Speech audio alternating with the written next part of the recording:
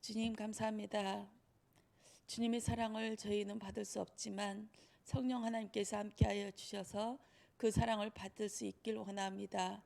하나님을 알아가게 하시고 그리스도의 그 십자가의 사랑이 죽음과도 같은 죽음의 사랑이 어떻게 우리 안에 들어오게 하셔서 우리가 또 주님이 따라가신 그 길을 갈 수 있도록 은혜 허락하여 주시옵소서. 두 팔을 벌리길 원합니다. 나의 뜻으로 하니 하나님의 은혜로 하나님 팔이 벌려지길 원합니다. 오늘 새벽에도 주 성령 하나님께서 함께하여 주셔서 그리스도로 하나님 드려질 수 있도록 은혜 허락하여 주시옵소서. 감사드리오며 예수 그리스도의 이름으로 기도드립니다. 아멘. 네가 나를 사랑하느냐. 요한복음 21장 15절에서 19절 말씀입니다.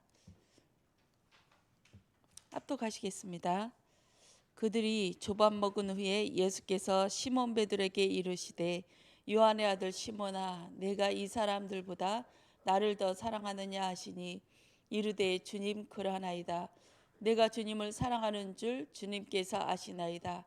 이르시되 내 어린 양을 먹이라 하시고 또 두 번째 이르시되 요한의 아들 시몬아 내가 나를 사랑하느냐 하시니 이르되 주님 그러하나이다. 내가 주님을 사랑하는 줄 주님께서 아시나이다. 이르시되 내 어린 양을 치라 하시고 세 번째 이르시되 요한의 아들 시몬아 네가 나를 사랑하느냐 하시니 주께서 세 번째 네가 나를 사랑하느냐 하심으로 베드로가 근심하여 이르되 주님 모든 것을 아시오매 내가 주님을 사랑하는 줄을 주님께서 아시나이다. 예수께서 이르시되 내 양을 먹이라. 내가 진실로 진실로 내게 이르노니 내가 젊어서는 스스로 띠띠고 원하는 곳으로 다녔거니와 늙어서는 내 팔을 벌리리니 남이 내게 띠띠우고 원하지 아니하는 곳으로 데려가리라. 이 말씀을 하심은 베드로가 어떠한 죽음으로 하나님께 영광을 돌릴 것을 가리킴이시로라. 이 말씀을 하시고 베드로에게 이르시되 나를 따르라 하시니. 아멘. 예수님이 말씀하시는 것은 아가페 사랑이고 베드로가 끝까지 얘기하는 건 필레오 사랑입니다. 아가페 사랑은 계산이 없는 사랑, 하나님이 주시는 그 사랑을 얘기합니다. 필레오 사랑은 주거니 받거니 하는 사랑, 내가 원하는 것만큼 받아내려고 사랑하는 것입니다. 즉 나를 사랑하는 것이죠. 하나님의 말씀하시는 이 사랑은 율법 강령입니다. 이 감정의 싸움이 아니고 믿음에 가까운 그런 사랑을 말씀하십니다. 믿음을 말씀하시죠. 살아가는 의미를 얘기합니다. 무엇을 사랑하느냐, 네가 무엇을 위하여 살고 있느냐, 이것입니다. 우리가 의식주를 향하여 살고 있습니다. 자식을 위해서 살고 있습니다. 이것이 나의 믿음이고 나의 사랑인 줄 믿습니다. 그러나 하나님의 사랑은 이것과 다르지요. 우리를 구원하시기 위해서 사랑하시는 겁니다. 처음부터 우리를 구원하시기로 작정하셨기에 그 사랑을 완성시키려고 당신의 언약을 성취시키는 그 과정인 줄 믿습니다. 처음부터 우리는 절대 믿지 못합니다. 그러나 예수님이 끝까지 이 베드로와 제자들을, 하나님의 백성들을 찾아오셔서 완성시켜 나가는 그 모습으로 우리를 신앙생활하는 모습으로 이렇게 갖고 나가고 인도해 나가고 있는 줄 믿습니다. 10가지 십계명은 하나님의 사랑, 이웃의 사랑, 하나님 사랑, 이웃 사랑을 그렇게 말씀하고 계십니다. 여기에서 하나님이 말씀하시는 그 마태복음 5장에 말씀하시는 산성수훈에 의하면 우리는 하나도 이 계명 중에 하나도 지켜낼 수 있는 사람이 없습니다. 인간으로서는 말입니다. 이것을 딱 못을 받고 넘어가야 될 줄 믿습니다. 이 십계명, 하나님이 주신 그 십계명 중에 우리 인간은 한 명도 이 율법을 지켜낼 사람이 없다. 이것을 염두에 두셔야 될 줄 믿습니다. 누가 하나님을 믿을 수 있는 사람입니까? 저는 오늘 새벽에 말씀 한번 다시 읽으면서 베드로와 예수님과의 오늘 세 번째 만나는 그 사건에 대해서 다시 한번 진지하게 생각해 봤어요. 나는 물고기 잡으러 가노라 하면서 베드로가 제자들을 이끌고 갔습니다. 갈릴리로 가서 배에서 고기를 잡고 있는데 예수님께서 얘들아 너희에게 고기가 있느냐 이렇게 말씀하시고 그물을 배 오른편에 던져라 그래야면 잡을 것이다 이 말씀을 하십니다. 이때 제자인 베드로가 7절에 예수께서 사랑하시는 그 제자가 베드로에게 이르되 주님이시라 하니 시몬 베드로가 벗고 있다가 주님이라 하는 말을 듣고 겉옷을 두른 후에 바다로 뛰어내리더라. 다른 제자들은 육지에서 거리가 불과 한 50칸쯤 되므로 작은 배를 타고 물고기 든 그물을 끌고 와서 이 제자들하고 베드로가 틀리죠. 베드로는 그냥 주님이다 하시는 그 말씀을 듣자마자 옷을 두르고 그냥 뛰어내립니다. 이 제자들은 예수님과 알고 이제 어떻게 하냐 작은 배를 타고 그 그물 엄청 많이 잡았거든요. 153마리나 큰 물고기만 되는데 이것을 끌고 천천히 나룻배를 타고 이렇게 오거든요. 그런데 베드로가 헉헉거리면서 헤엄쳐서 왔을 거 아니에요. 예수님을 딱 보니까 숯불에 구운 고기하고 생선하고 떡이 있었어요. 근데 너무너무 뻘쭘하겠다 싶었더라고요. 헉헉거리면서 딱 올라왔는데 예수님께서는 고기와 생선하고 떡을 굽고 있고 바로 하시는 말씀 막 껴안고 막 안고 예수님 또 오셨군요 막 껴안고 이런 상황이 아니라 네가 잡은 물고기를 갖고 와라 이렇게 말씀하십니다. 그 사이에 이 제자들은 그 작은 나룻배를 타고 이제 육지까지 오고 그래서 베드로는 다시 배에 올라서 그 그물을 다시 올려내는 그 장면을 보았습니다. 얼마나 뻘쭘할까. 베드로는 그 50칸쯤 돼서 이렇게 멀지 않은 길이지만 여기서 여기까지만 헤엄쳐도 얼마나 헥헥거립니까. 근데 이 상황에서 예수님께서는 가서 그 고기를 잡아라 이렇게 하시는데 이 베드로의 상황이 어땠을까. 베드로는 또 이렇게 그것을 조반을 먹은 다음에 이제 새로운 시대가 열렸잖아요. 예수님께서 이 물고기와 떡을 먹이시면서 이제는 너희는 그전에는 어둠이었고 이제는 새 아침이 됐고 새로운 시대가 열릴 것이다 하면서 그 조반을 먹이십니다. 먹이실 때 예수님께서 베드로에게 직접 까놓고 얘기하죠. 네가 나를 사랑해? 네가 나를 사랑하느냐? 이렇게 물으십니다. 베드로는 어떤 심정이었을까요? 저는요. 너무너무 뻘쭘하고 민망하고 자기가 뛰어내려서 본능적으로 예수님을 찾아서 왔지만 예수님 앞에 딱 서니까 또 숯불이 딱 대기하고 있는 거예요. 그 숯불 내가 아니다 하면서 도망갔던 그 숯불 앞에서 했던 그 모습도 생각나고 여러 가지 것들이 막 생각나는가 동시에 정말 괴로웠을 거예요. 그 예수님을 만나는 순간 특히 예수님께서 다른 말씀하시지 않고 네 왔냐? 참 수고했다. 이제부터는 새날이 펼칠 것이다.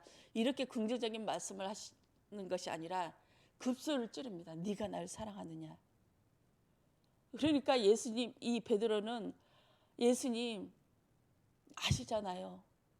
나는 예수님을 사랑한다. 내 목숨을 바쳐서 당신을 지킬게요 하는 그 고백도 나는 지킬 수 없는 그런 나인 건 아시잖아요. 얼마나 큰 고통이었을까요? 예수님께서 그 물으시는 이 고통이 예수님 나는 지금 내가 주님을 사랑합니다 이 고백을 해도 당신은 믿지 못하실 것이잖아요. 그렇다고 얘기를 네가 나를 사랑하느냐 예수님께서 물으실 때 대답을 안 하는 것도 또 뻘쭘하고 더 속상하고 말을 해도 안 되고 말을 또 안 해도 안 되는 그런 상황이었지 않았을까. 베드로가 그 얘기를 했을 때 정말 큰 고통을 가지고 정말 인생이 무너지는 그 고통을 가지고 예수님 앞에 고백했지 않았을까. 저는 이 말씀을 묵상하면서 베드로가 또 굳이 배를 타고 와도 되는데 배를 타지 않고 떼어내고 왔단 말씀이시죠. 그만큼 사랑하는 마음이 이만큼 큰데 예수님 앞에 딱 가니 가서 그 고기 네가 잡은 고기를 갖고 와라 했을 때 또다시 배에 올라가서 그 고기를 제자들과 같이 갖고 옵니다.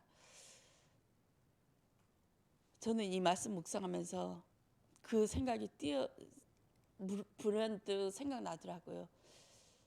제가 우리 두 번째 아이 하나님 품으로 가고 난 다음에 얼마 없어서 계속 이제 본격적으로 핍박이 많이 시작됐던 것 같아요. 아주 오래된 시간이라 너무 힘들게 했는데 교회만 갔다 오면 막 엎고 난리 했었어요. 그날도 막 교회 갔다 오고 주일날 저녁이었어요. 막 그때는 막 뭐 던지고 난리 나더라고요. 그래서 우리 사랑이를 업고 뛰쳐나갔어요. 나가고 너무 그때는 이제 복음을 몰랐을 때죠. 저한테 복음이란 뭐냐면 귀신의 역사를 몰랐던 거죠. 귀신의 역사.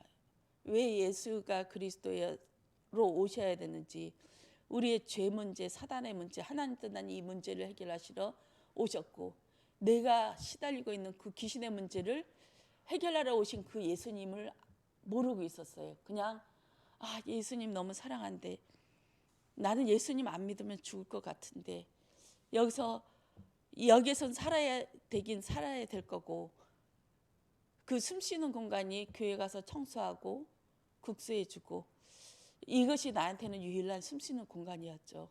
그리스도의 권세도 없고 귀신의 흑암의 존재가 무엇인지도 모르는 이 상태. 그러니까 나약하고 정말 종교 생활을 한 것이죠. 그 권세가 없고 이 귀신의 존재를 모르면 정말 이 영적 싸움할 이 구도를 모르면 그냥 당하는 것 같아요. 그 상태에서 그냥 업고 뛰어나왔어요. 나오고 온 동네를 그냥 돌아다녔던 것 같아요. 그때 새벽녘이었거든요. 돌아다니면서 나는 여기서 빠져나올 수가 없다. 그렇다고 이 아이를 버리고 도망갈 수도 없고 그냥 막 동네를 업고 이렇게 돌아다니면서 어떻게 죽으면 좋을까? 어떻게 이 아이랑 같이 죽을까 말까? 이런 생각을 하면서 그냥 막 돌아다녔어요. 그러다가 우리 막내 고모가 저를 찾아서 막 헤맸더라고요. 그래서 가서 집 앞에가 교회라서 교회 가서 기도하고 다시 들어왔는데 저희 신랑이 딱 저를 보고 안심하는 게 느껴졌어요. 안심하고 이제 방에 들어가더라고요. 들어갔을 때 저는 제 삶이 너무 힘들어서 이게 계속 연속이 되어지니까 제 신랑 발을 붙잡고, 신랑은 자고 있었을 때고 기도를 했어요. 하나님, 나는 전도하고 싶고 예수님의 사랑을 전하고 싶은데 이 내 옆에 있는 이 사람조차 사랑할 수 없다면 나는 정말 전도도 못하고 하나님의 사랑을 받을 수가 없습니다. 이 사람을 먼저 사랑할 수 있도록 하나님 은혜 달라고 그때 그냥 발을 잡고 기도했던 것 같아요. 거의 눈물만 기도 반 이렇게 하면서. 그랬는데 그 새 아침이 밝아오자 저한테는 이상한 일이 벌어졌어요. 남편이 오면 하도 괴롭히니까 노이로제 걸렸거든요. 오늘은 또 무엇을 갖고 시비를 걸고 나를 괴롭힐까. 항상 이런 생각에 제 눈동자가 흔들릴 만큼 우울증에 걸리고 그랬었는데, 특히 내 자녀가 죽고 나서 힘든 상태에서 계속 그때부터 핍박이 시작되었으니까. 그런데 이 사람을 사랑할 수 있는 마음이 확 들었어요. 너무 많은 사랑이. 그냥 술 냄새도 기쁘고 담배 냄새도 달콤하고 술 냄새도 달콤하고 이렇게 하나님께서 그 사랑을 부어주신 것 같아요. 예수님께서 이 베드로가 예수님을 만나자 정말 반갑긴 반가운데 어쩔 수 없는, 주체할 수 없는 그 사랑이요. 이러지도 저러지도 못하는 사랑. 예수님 앞에서 그 고백을 했지 않았을까. 나는 주체할 수 없고 내 인간적인 사랑으로 어떻게 할 수 없는 그 사랑인데 사랑한 건 맞거든요. 나는 주님을 사랑하는 거 맞아요. 나는 진짜 죽을 만큼 사랑하는 거 맞아요. 나는 주님을 위해서 죽을 수도 있어요. 근데 이것이 내 마음과 내 몸이 그 뜻대로 되지 않는 것이 문제다, 이 말씀이시죠. 하나님의 사랑을 어떻게 받을 수 있을까? 예수님께서는 오늘 네 팔을 벌리고 내 띠를 띠고 네가 원하지 않는 길로 갈 때 그것이 이루어지는 줄 믿습니다. 그것이 언제입니까? 성령이 임하고 나서 이 그리스도의 십자가의 사랑을 취하고 나면, 아, 내가 예수님을 사랑해야지, 내가 주를 위해서 목숨을 걸어야지, 이거 아니고 그냥 저절로 되어지는 것 같습니다. 하나님의 그 사랑이 와야 그때부터 시작인 줄 믿습니다. 그 하나님의 사랑이 언제 올까요? 저희는 모릅니다. 하나님의 사랑이 그때 불현듯 오면, 이것은 내 소관이 아니거든요. 믿음은 하나님이 주시는 것이 그 믿음이지, 내가 열심히 40일 기도해서 그 믿음을 받겠다, 이것도 아닙니다. 하나님이 주신 사랑은 불현듯 다가옵니다. 어두운 밤이 지나고 새 아침이 밝았을 때 그 하나님의 사랑이 임하여서 내 팔을 확 벌려서 나의 것 조금도 없고 이제는 하나님의 그 주시는 사랑으로 살아가게 되는 줄 믿습니다. 그 하나님의 사랑을 받길 원합니다. 나의 사랑 아니고, 나는 정말 할 수 없어요. 나는 정말 목숨을 걸고 주님을 위해 살리라, 내 모든 것을 재산을 하나님 앞에 바치고도 우리는 배신할 수밖에 없는 나의 그 나의 모든 것들이 있습니다. 나의 우상 숭배죠. 가장 중요한 건 내가 중요하죠.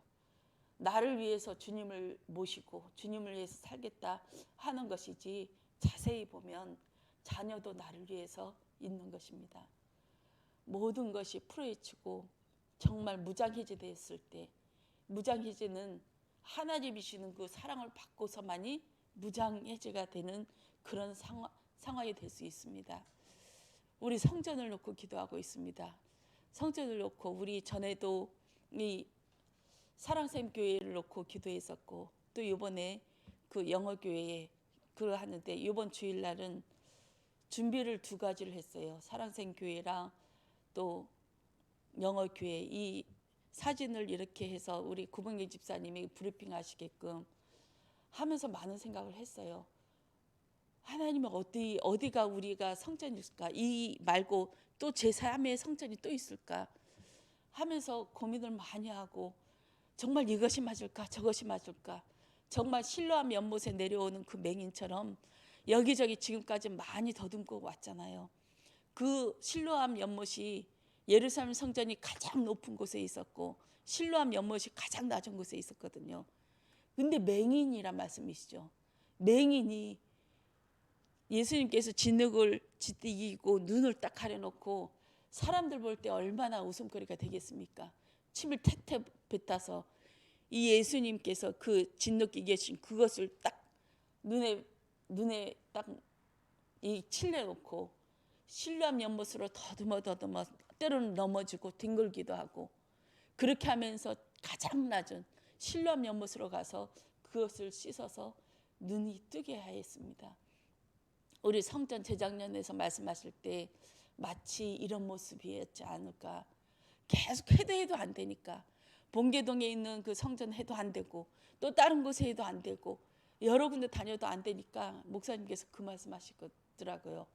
마치 더듬어서 내려가는 그 실로암 연못에 가는 우리처럼 하나님께서 그리스도를 계속 경험하면서 마침내 하나님의 성전을 이끌지 않을까, 이런 생각을 말씀을 하시더라고요. 우리는 그때 당시에 아무것도 할 수 없었어요. 단돈 1,000만 원도 없는 상태이고 계속 마이너스만 되는 이 상황인데, 갑자기 이렇게 하니까 1억이 모아진 거예요. 그렇게 해서 봉계동에 있는 우리 이은하 장로님, 김경범 성도님 그 땅을 우리 수준은 여기가 딱 좋다, 1억이면 조금만 더 빚을 힘을 내면 할 수 있겠다 해서 한 1억 9천, 많아봐야 한 3억 정도면 우리는 거기에서 정말 우리의 성전을 가지고 237, 또 치유, 또 후대, 또 목회자, 또 다민족 많은 것을 거기서 다 할 수 있다. 여기서부터 시작되지 않았습니까? 만약에 그 봉계동 그 땅이 없었으면 절대 우리는 엄두를 낼 수 있는 상황이 아니었어요. 왜냐하면 우리 수준이 요만큼 했으니까. 절대 여기서 벗어나가면 망하는 줄 알았거든요. 그렇게 해서 야, 우리의 성전 참 대단하다 하는데 계속 하나님이 굴리고 내려오고 해서 점점 덩어리가 커져요.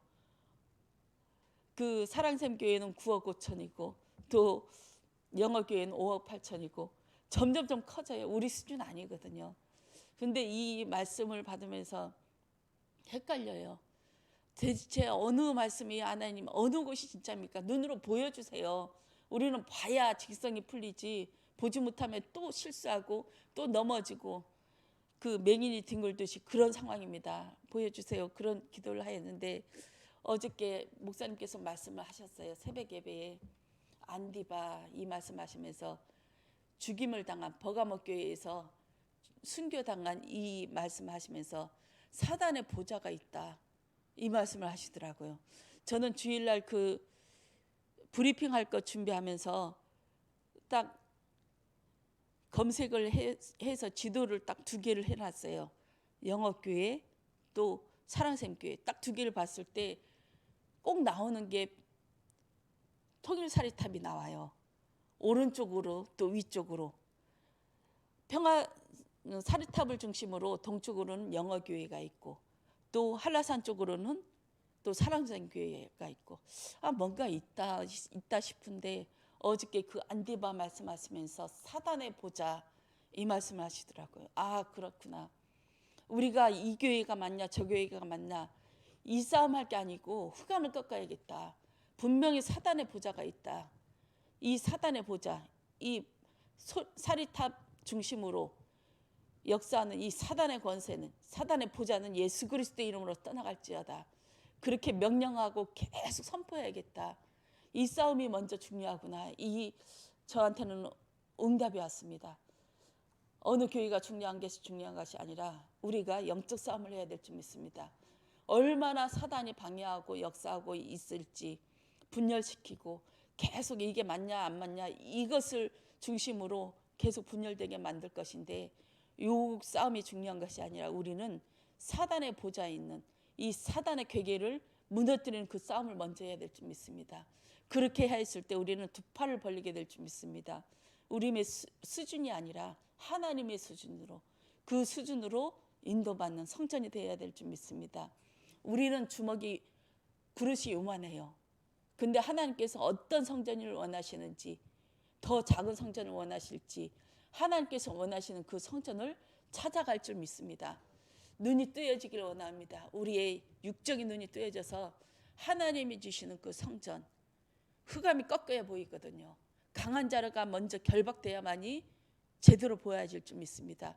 우리 한 주간 계속 그 영적 싸움을 하면서 사단의 보좌를 무너뜨리면서 하나님이 주시는 그 보좌를 보면서 우리의 성전을 눈뜨고 가는 맹인이 눈뜨고 가서 예수님을 보고 만나는 그 체험이 되어지길 원합니다. 그 눈뜬 맹인이 눈을 뜨고도 응답을 받지 못했죠. 예수님을 만나고 그 눈뜬 맹인이 계속 재판을 걸어져서 결국은 그 바리새인에 의해서 유대교에서 출교를 당합니다. 그때 예수님을 만나죠. 예수님을 만나서 그때 그 예수님을 믿게 됩니다. 성전도 우리의 응답이 아닙니다. 성전 안에 있는 감춰진 우리에 있는 진짜 성전이 진짜 성전인 줄 믿습니다. 성전 큰 성전 주셔도 우리의 응답이 아니라는 걸 명심하시고 이 속에서 하나님께서 무슨 믿음을 주시려고 하시는지 그 예수님을 만나야 진짜 응답이 되는 줄 믿습니다. 오늘 새벽에도 오늘 한 주간도 계속 그 성전 내 눈에 가려졌던 그 성전이 뜨여지길 원합니다. 하나로 전부 가서 뚜벅뚜벅 예수님께서 말씀하시는 그 성전 내 안에 그 성전 그 눈에 보이는 성전 그 이루어지길 원합니다. 네가 나를 사랑하느냐 예수님께서 그 말씀하셨을 때 나는 죽었다 깨도 하나님이 주시는 그 예수님이 원하시는 그 사랑 못합니다. 나는 말라고도 책임을 못 지고 예수님 너무 괴로운데 왜 또 그 말씀을 끄집어내서 나를 괴롭게 하시나이까. 이렇게 하는 우리의 수준이지만 예수님께서는 그 사랑하는 자리로까지 인도하실 줄 믿습니다. 우리 수준을 넘어서 하나님이 주시는 그 사랑을 가지고 그 사랑을 할 줄 믿습니다. 기도하겠습니다. 주님 사랑합니다. 네가 나를 사랑하느냐 물으셨을 때 우리는 언제까지나 주님 죽어도 못합니다. 나는 죽었다 깨도 못합니다 하는 나싱이 되어질 줄 믿습니다. 예수님이 주시는 그 사랑을 가지고 사랑하게 하시고 예수님이 주시는 그 성정 가지고 인도받을 수 있도록 하나님 은혜 허락하여 주시옵소서.